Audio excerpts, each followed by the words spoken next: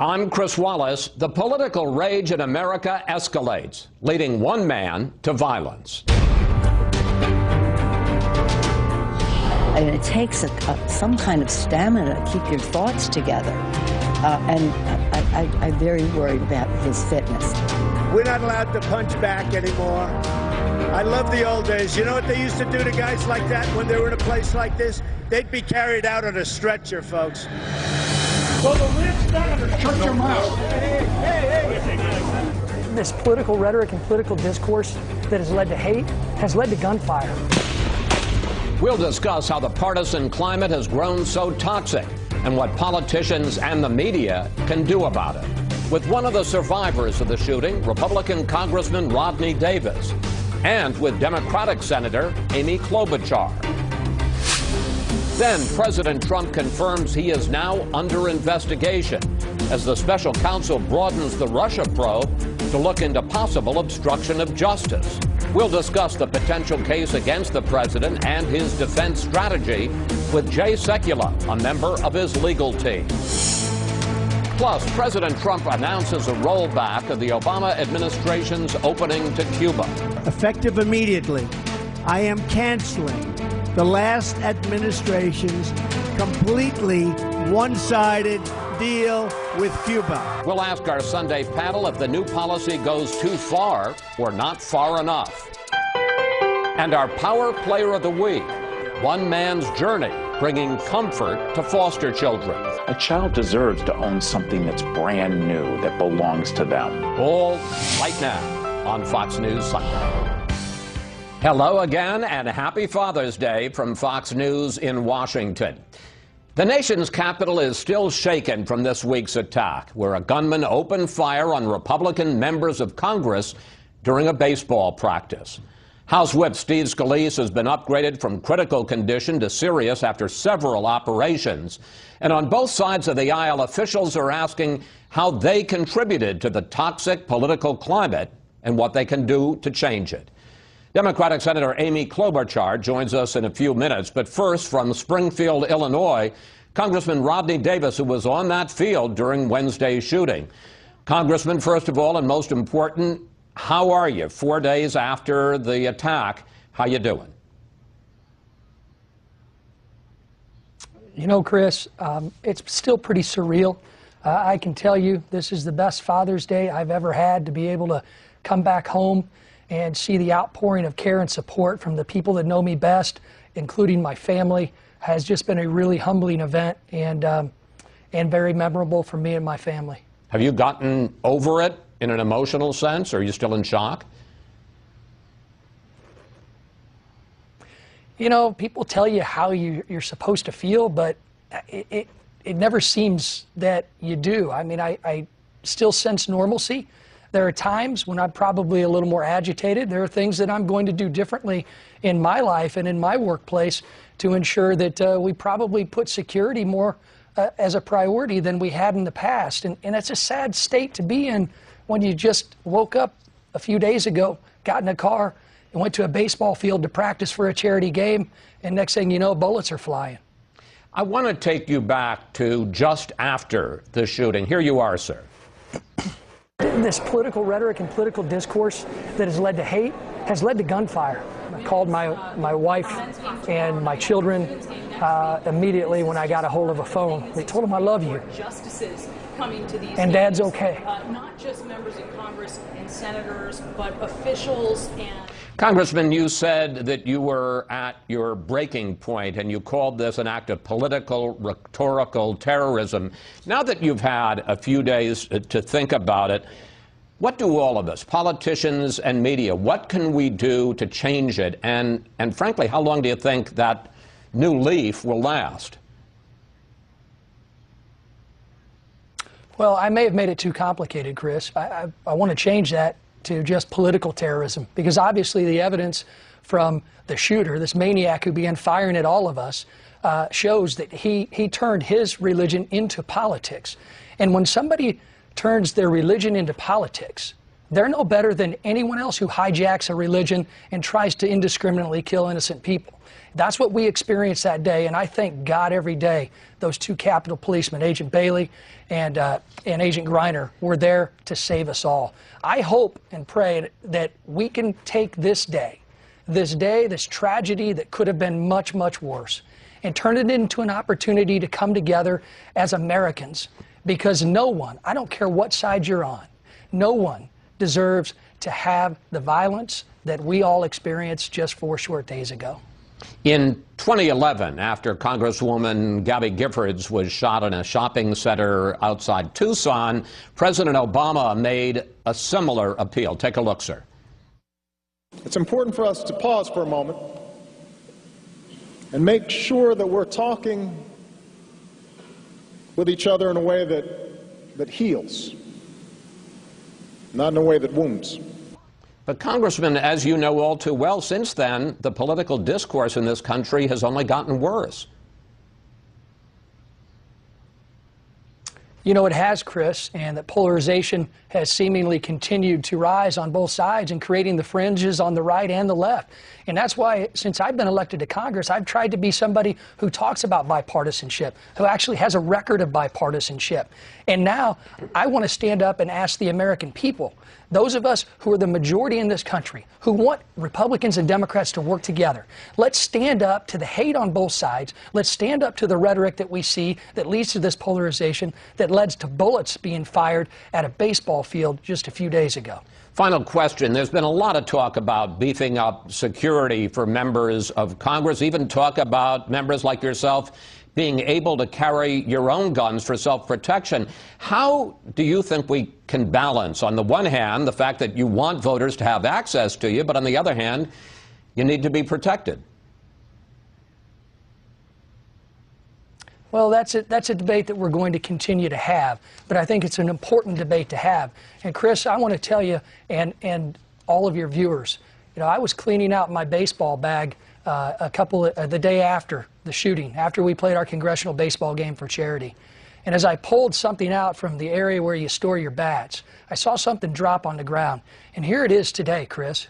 This is a piece of shrapnel from a madman who came to politically kill innocent people. This is the reminder that all of us have, that we have to take a step back in this country. We have to tone down this rhetoric, and we've got to come together as a nation, as Americans, and say enough is enough. I thank you for having me on, too, Chris. Well, I thank you for that message, sir. Thank you. Thanks for your time. I know that this will be a special Father's Day for you and your family, sir. Yes, it will. And joining us now from Minneapolis, Democratic Senator Amy Klobuchar. Senator, I want to start with a town hall last month in North Dakota where one voter confronted Republican Congressman Kevin Cramer about the effort to repeal and replace Obamacare. Here it is. That's a question. Answer yes or no. Will the rich benefit? Shut your mouth. Will the rich benefit from if the health care is destroyed? Do the rich get a tax break? Yes or no? Of course not. It was the same back in 2010 when Republicans, members of the Tea Party, were going after Democrats for trying to pass Obamacare in the first place. Has our politics gotten out of control, Senator? Well, thank you for that question, Chris. And I first of all want to say I'm so pleased by the words from Congressman Davis. I'm glad he's safe. I'm so glad Representative Scalise that his condition is improving. And I do think that the language, the rhetoric on both sides has gotten out of control. And as you know, it is on both sides. I am someone that believes you have to treat people civilly, that you can disagree, and that courage is truly not whether you're going to yell at someone in the middle of an empty chamber, but whether you're willing to stand next to someone you don't always agree with for the betterment of this country. And that means finding common ground and higher ground. I think it's Senator Enzi of Wyoming, a Republican, who has said, you know, we disagree on a lot of things, but we can agree on about 80% of the things 80% of the time. And so trying to find those areas, whether it be funding for roads and bridges, that we need to upgrade that, whether it be looking for ways that we can all say, not everyone needs a 4-year degree. Let's get more kids into jobs where we have openings and give them those skills. I think there are areas where we can find common ground, and that's what I've tried to do in my work. But part of the problem, Senator, is we seem to be in a vicious cycle. Back in 2010, Democrats passed Obamacare without a single Republican vote. This year, Republicans seem to be trying to pass repeal and replace without a single Democratic vote. How do you stop the vicious cycle? Well, you can start right now. As you know, the American people would really like to see us work together on health care, and there are plenty of changes that we need to make to the Affordable Care Act, like bringing the prices of prescription drugs down, bills that I have with Senator McCain and Senator Grassley, two Republicans, as well as work we should be doing to make sure the exchanges are strong. But doing this behind closed doors is actually not what we did with the Affordable Care Act. So I'm hopeful that this would be an opportunity, given what we're seeing across the country with the prices of prescription drugs, where we could work on that together. I found common ground. Senator, let me just ask you a question about that. And part of this is both sides got to admit they're doing some things wrong. Haven't Democrats held up an awful lot of Trump nominations? I know some of them are conservative, but some of them are well within the mainstream. I saw an item today that the average wait between nomination and confirmation for George W. Bush and Obama was a couple of days. For Donald Trump, it has been 25 days, the average wait, the delay. Would you agree that your party is guilty of some obstruction here? I'm not saying we're perfect throughout time, but I do know that all of his cabinet nominees are now in place, that they have been voted on, some with significant Democratic support, and that also now we're working down to the next level. And they've actually, has been well reported, haven't put people up for a lot of those positions. When they come up, especially in the military area, the security area, we've tried to move quickly on those. So we need to do what we can to fill those positions. But again, the president has to govern and not just squander those moments away when he, sends out tweets at 7 in the morning, because I do think there are many of us that want to govern, that believe we are out of a crisis in the economy. We're at a time of opportunity, so let's use that opportunity. I'm going to get to those tweets in a moment, but generally after an attack like this, Democrats are quick, and you in some cases have been quick to talk about gun control. This time, almost all Democrats, including you, have been silent about tougher gun controls. How come? Well, I think, first of all, this was a man with severe mental illnesses. We don't know all the facts here. Yes, we came together with Republicans like Pat Toomey of Pennsylvania and said we should have better background checks. We did that at the last time after Sandy Hook. We were unsuccessful. But I think that what we need to look at, of course, I'm ranking on the Rules Committee. We should be looking at security, how we can beef up security at events like this and in the Capitol. But the bigger lesson from this to me is that I hope people, just like they did on that baseball field, I was there with the 25,000 people that joined in, all four leaders were out on the field actually looking like they liked each other. At the end, when the Democrats won the game, they gave the trophy to the Republicans and asked them to put it in Representative Scalise's office. We need to take that spirit and go from 2 teams to 1 team for America. I want to ask you, as a member of the Senate Judiciary Committee, you mentioned tweets, and I want to ask you about President Trump's tweet on Friday. Let's put it up on the screen. I am being investigated for firing the FBI director by the man who told me to fire the FBI director. Witch hunt. Question, do you believe the president is trying to get rid of Deputy Attorney General Rod Rosenstein and perhaps also the special counsel, Robert Mueller? Well, I hope not. Representative Ryan, Speaker Ryan, has given him the advice that he needs to let the special counsel do his job. And as a factual matter, Rod Rosenstein has told the Senate in a briefing, and he said we could say it publicly, that the president had made up his mind already to fire Jim Comey before he even wrote that memo. And then finally, these tweets Chris, these tweets really, every time one goes out, it does squander this moment of governorship. I think that there are areas we can come together with the administration, with Republicans, including things like infrastructure, things like doing something on workforce training, doing something on tax reform, but it's going to be really hard to do that when those tweets come out at 7 in the morning, and then the whole focus of Washington and the country is on what the president said last time. So let's use this moment to govern.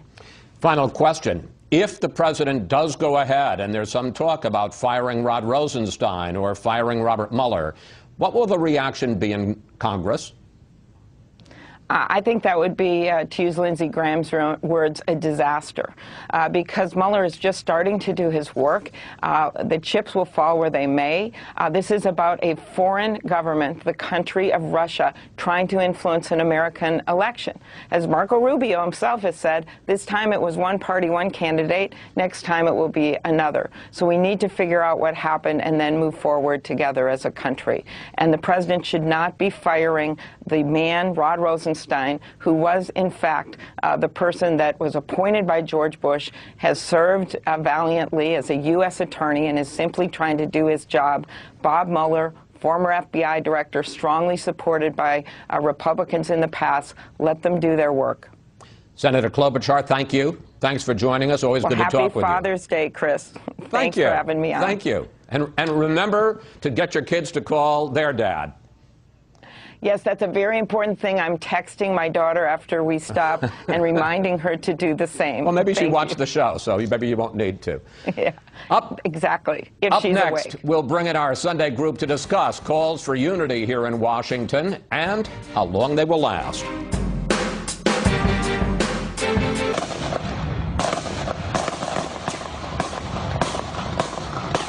Chilling footage from Wednesday's attack on the GOP congressional baseball practice that left 4 people shot, including a member of Congress, and the gunman dead. And it's time now for our Sunday group.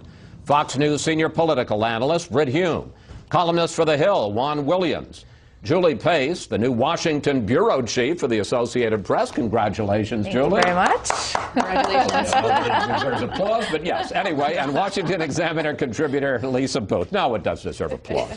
Britt, obviously nobody can directly link this attack, the actions of a deranged man, to the political climate in Washington, but why have things turned so venomous here over the years, and is there any way to stop it? Well, what I'd say, Chris, I think that Congressman Davis had it part right and part wrong, because I think the poisonous political climate and the poisonous language with which people who disagree speak of each other is as much, and the attitudes on Capitol Hill are as much a reflection of what's in the country as they are a cause of it. And we hear people speak of each other today in Twitter, in political debate, in a way that never used to be the case. To this extent, people don't merely disagree. They think the other party, the other side, is evil and must be stopped. This is really something new. We need to keep a civil tongue in America and recognize the humanity and the decency of the other side. And what we have is the most vicious sort of name-calling, and it doesn't help when the president, who has certainly been a victim of this himself, adds to it with the force of his own rhetoric. People, you know, you got Lion Ted and Crooked Hillary and bad people, he says, are investigating him. So it all feeds, and it contributes to this climate of rage and hate of the two political viewpoints that predominate in this country. It's poison. Well, I want to pick up on that because there was a very interesting story in the New York Times this week where there was a study that was done, and it found that people in the two political parties, I'm not talking about politicians now, I'm talking about people, voters, right. They used to basically have no use for each other. Now they hate each other. Now, I mean, it was a thermometer from 1 to 100 in your feelings, and the average now was 0. That's how ice cold their feelings are for people of the other party. And I guess the question is, how do you change it? Well, I think you have to understand that the confirmation bias that exists in terms of media content, where do you get your information from, and are you living in a bubble? It's almost become secure in this era of the internet that people look for points of view that affirm their pre-existing prejudices. Friday was the anniversary of Lincoln's famous "A house divided against itself cannot stand" speech. I feel like we're in that moment. This is one of the most divided moments, by that measure in the New York Times you talked about, but just by living in this community that I've ever experienced in all my years in Washington. You know, the part that is so, I think, damning was spoken by Jim Mathis, the defense secretary, recently.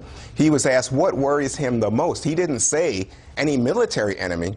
He said it was the divisions among us as Americans, the failure to talk, to listen, to be able to come to compromise and some solution. He said we can't go on like this because what we fight for in the military are American principles and values, and yet those are shattered. President Trump made several appeals this week for unity. Here was his weekly address. Though we have our differences, what unites us is so much stronger. Our love of our country, our devotion to its people. Now more than ever, these values must guide us and bring us closer together. Julie, do they feel any responsibility in the White House? Do you hear any talk about that for this division? Obviously, it didn't start with Donald Trump, but I think, as Britt would say, a number of people would feel that he has added to it. And is there any sign that the president, for all of that talk, intends to dial back his rhetoric? Well, I think if you look at the way the president handled the immediate aftermath of the shooting, his remarks not only there but also in the diplomatic room just hours after this happened, it was measured, it was responsible, it was sober. And then you look at some of his tweets, and he's going back to calling Hillary Clinton crooked Hillary. This is just part of his persona. He does not seem to believe that any of the rhetoric that we've heard from him, both during the campaign and as president, has contributed to this kind of heightened sense of tension that we have between these parties. And I don't anticipate that you're going to see a dramatic shift from him, though, again, I do think that he handled the immediate aftermath in a very responsible way. Now, we should point out there's plenty of blame to go to both sides, because on the other side you've got that tasteless, on the left there you can see photo op by Kathy Griffin, not funny, and then you also have a production of Julius Caesar, Shakespeare in the Park in New York City, where Julius Caesar, as you can see, looks just like Donald Trump. I mean, there's plenty of hate on the left as well, isn't there, Lisa? Yes, there absolutely is. But look, you had members of Congress who were on the field being shot at in the aftermath calling for unity. Yet when I questioned the sincerity of some on the left of also those calls for unity, you had the day after the shooting, Minority Leader Nancy Pelosi, when asked if the political culture, or a course in political culture, if it was equally afflicting the left and the right, proceeded to attack Republicans going back to 1990s, calling them the sanctimonious Republicans, accusing the president. Mind you, this is the day after a known Bernie Sanders supporter with a list of Republicans to assassinate in his pocket proceeded to carry out that exact thing. This also comes on the heels of October 2016, a GOP office firebomb. February 2017, a 71-year-old staffer of Dana Rohrabacher knocked unconscious. May 2017. I know. We can point to all those. We can also point to Gabrielle Giffords being shot, a Democratic congresswoman. But there was no known link between the shooter and the Tea Party, yet you even have the New York Times editorial board last week are you really suggesting it's all on one side? No, I'm not saying that, but I'm saying that when posed this question by Minority Leader Nancy Pelosi, the simple answer would have been yes. Chris, these are politicians. They lead to some extent, but they also follow. And the divisions that you see play out in Capitol Hill and elsewhere in this town, the White House as well, are a function of the sentiments of constituents. That's why, for example, you don't have any real effort to make a deal on Capitol Hill on the part of Democrats with Trump, with whom they might be able to make a deal. It's because their constituents think Trump is utterly evil and unsuited for office, and they don't want any part of him, and they don't want anybody that represents him to have any part of him. That is a reflection. The causes of that go much deeper, but it's not. The leaders can lead, and it takes a great one to lead us out of this if that's going to happen. But they also are following, and it's the broad climate in the country on both sides that is responsible for this. We have to take a break here. We'll see you all a little later. Up next, the president tweets he's under investigation. A member of Mr. Trump's legal team joins us live. Possible links between Russia and Trump associates and whether the president has tried to shut down that probe took some dramatic new turns this week. Joining me now is Jay Sekulow, a member of the president's legal team. Jay, I want to start with the president's tweet Friday that I discussed with Democratic Senator Amy Klobuchar. Here it is again. I am being investigated for firing the FBI director by the man who told me to fire the FBI director. Witch hunt. Has the special counsel, Robert Mueller, formally notified the president that he is under investigation?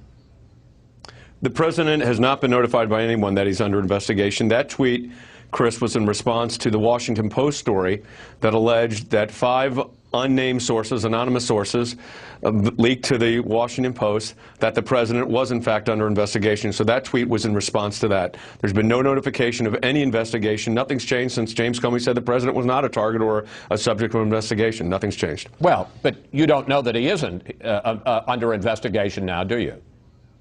Well, no one's notified us that he is, so I can't read people's minds, but I can tell you this. We have not been notified that there's an investigation of the President of the United States. So that nothing has changed in that regard since James Comey's testimony. I want to go after another part of his tweet. Why is he going after Deputy Attorney General Rod Rosenstein? First of all, he seems to imply that Rosenstein is investigating him. That's not true. It's Mueller. And secondly, he made it clear in an interview with NBC that he decided to fire Comey well before he ever met with Rod Rosenstein. Take a look. I was going to fire regardless of recommendation. So there was he made a recommendation. He's highly respected, very good guy, very smart guy. The Democrats like him, the Republicans like him. He made a recommendation, but regardless of recommendation, I was going to fire Comey. I want to ask you a direct question. Does the president think that Rod Rosenstein has done anything wrong? No, the president has never said anything about Rod Rosenstein doing anything wrong. Here's what is the legal situation here.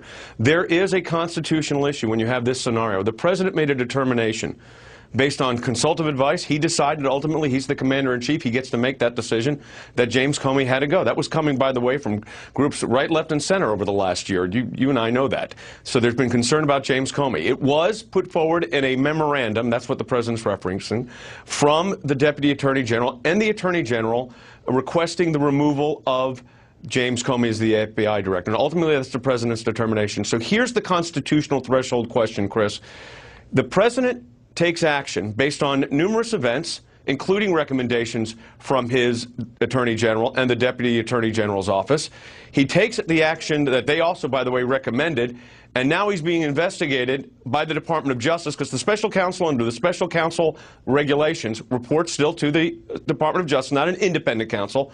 So he's being investigated for taking the action that the Attorney General and Deputy Attorney General recommended him to take by the agency who recommended the termination. So that's the constitutional threshold question here. That's why, as I said, no investigation. What's the question? I mean, you've stated some facts. First of all, you've now said that he is being investigated after saying that you didn't. No. You just said, he's sir, not being investigated. You just said that he's being investigated. No, Chris, I said that anything. Let me be crystal clear so you completely understand. We have not received, nor are we aware of any investigation of the President of the United States. Sir, you just said period. 2 times that he's being investigated. No. The context of the tweet, I just gave you the legal theory, Chris, of how the Constitution works. If, in fact, it was correct that the President was being investigated, he would be investigating for taking action that an agency told him to take. So that is protected under the Constitution as his Article I power. That's all I said. So I appreciate you trying to rephrase it, but I'm just being really direct with you, sir, here, I didn't rephrase it. The tape will speak. Jay, the tape will speak for itself. You said he is being investigated, and it's not Chris, just being. Wait a minute, Jay. And it's not Jay. It's not just being investigated for firing Comey. There's also the question of what he said to Comey when Comey was still the FBI director. So there's more than just the fact that he fired Comey. Chris, let me be clear. You asked me a question about what the president's tweet was regarding the Deputy Attorney General of the United States. That's what you asked me. And I responded to what that legal theory would be. So I do not appreciate you putting words in my mouth when I've been crystal clear that the president is not and has not been under investigation. I don't think I could be any clearer than that. Well, you don't know that he's not under investigation again, sir. I mean, I cannot read the mind. You're right, Chris. I can't read the mind of the special prosecutor. Okay, so we're in agreement. You don't know whether he's under. You don't know whether he's under investigation. You don't know whether he's under investigation or not. Question I'm asking you is: does he think that Rod Rosenstein? It's a very simple question. Does he think that Rod Rosenstein did anything wrong? The president has not expressed any opinion about Rod Rosenstein. Does he think that Robert Mueller has done anything wrong?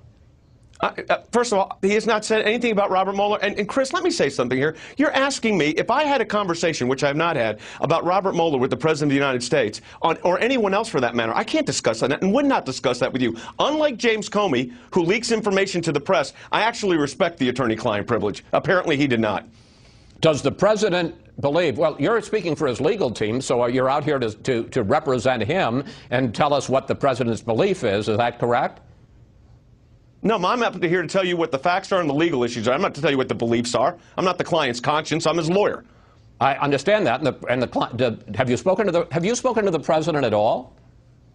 Yes, but I'm not going to discuss those conversations with you. Those are privileged under the attorney-client privilege. Well, I assume that if he asked you to say something, for instance, Mark Kasowitz said all kinds of things about after Comey's testimony. I assume he was speaking for the president. Mark Kasowitz made a general statement to the press after the testimony of James Comey. That's what that was about. You're asking me now questions about what people are thinking in their minds, which I don't read minds, and you're asking me also what I may or may not have had a conversation with the president about, and you understand this. I respect the attorney-client privilege, unlike James Comey. So I want to be real clear on that, too. I'm not going to give you conversations I've had, have or have not had with the President of the United States. So when I have a conversation with the President of the United States, as his lawyer, it's for privilege, period. Does the president think that Rosenstein, because you talked about this constitutional theory that he took action on the advice, although he says he didn't take it on the advice of Rosenstein, does he think that Rosenstein should recuse himself, and is he laying the groundwork to fire Rosenstein and Mueller? I've had no conversations, and I've heard nothing about that at all. Nothing. I think this, Chris, this points out, let me tell you one thing quickly about the constitutional theory, as you called it. It's actually called the Constitution. You know, the president has certain plenary authority. I think you call it the constitutional theory, sir. Yeah, it is a constitutional theory based on the Constitution. I understand that. Not so-called. It's the constitutional theory. It's part of the Constitution. President has inherent authority. Here's what you're trying to do, Chris, and I appreciate now you're reading minds again. Now you're reading minds again. No, Chris. I deal with fact and law. Well, then don't tell me what I'm trying to do, because you don't know what I'm trying to do. Actually, what I'm trying to get is a straight answer out of you. Let me ask you this. Yeah, as a matter of law, does the president think that he can be indicted under the Constitution? The president, I haven't had that conversation with the president, but the president can't be indicted under the Constitution for the activities alleged in something like this. Of course not. Why is that? Because there's not an investigation. And you don't know whether there's oh boy, this is weird. You don't know that whether there's an investigation. You just told us. Chris, you're asking me to so then what you're asking me to do is and it wouldn't matter. I'm asking you as a matter of law, not whether there's an investigation. Does the president think he can be indicted as president? That's a constitutional issue, isn't it? For obstruction of justice? No, for any issue. The Constitution's. Now, Chris, you know, let's be realistic here. You know what the answer is. Can presidents be indicted for obstruction? You know what the position has been to the Department of Justice since the 1970s and again stated in 2000. That's not what that's not how you engage a president. There's a political process if somebody did something wrong. You're conflating a constitutional process, criminal law, with a issue of political consequence. So I am his lawyer. I'm not his political advisor. Senator Dianne Feinstein, the top Democrat on the Senate Judiciary Committee, responded to the president's tweet this week with this statement. The message the president is sending through his tweets is that he believes the rule of law doesn't apply to him and that anyone who thinks otherwise will be fired. Is she wrong, sir? Yeah, she's wrong. First of all, Dianne Feinstein also called for an investigation of James Comey and Loretta Lynch for that whole episode regarding her engagement and calling it a, quote, matter, not an investigation.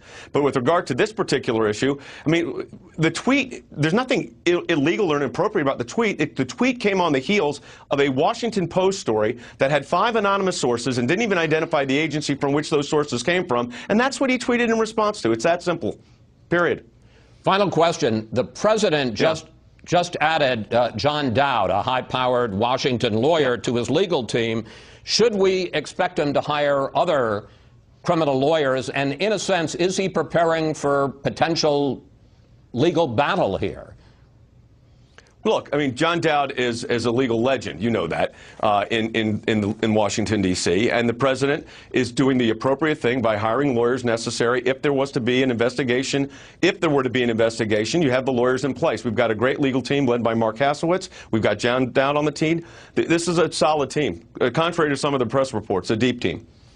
Do you think, I misspoke, I'm going to ask one more question, because I'm not allowed to ask you what the president thinks. Do you think that he should stop, do you think he should stop tweeting about this case? Look, here's the thing on that. You know, people have been asking me that. The president has changed the way in which engagement goes on. I mean, you've got great ratings, no doubt about it, Chris, but let's face it. The president speaks to 107 million people through his social media platforms. He revolutionized the election process by utilizing media in a different way. So I think, look, the president knows the effectiveness of social media. He's been very effective at it. Again, I'm his lawyer. I deal with the issues. Nothing that he's tweeted is causing me any issues whatsoever at this point. Nothing. Jay, thank you. Thanks for coming in. Thanks, it's always interesting to talk to you. Please come back, and we'll continue it. And maybe this time we'll get on this. You know what? Be here in studio, and we can stay on the same wavelength. There we go. All right, Happy sir. Father's Day. Happy Father's Day to you, too, sir. Up next, we'll bring back our Sunday group to discuss the latest developments in the special counsel's investigation. Plus, the president rolls back Mr. Obama's Cuba policies. What would you like to ask the panel about the reversal? Just go to Facebook or Twitter at Fox News Sunday, and we may use your question on the air.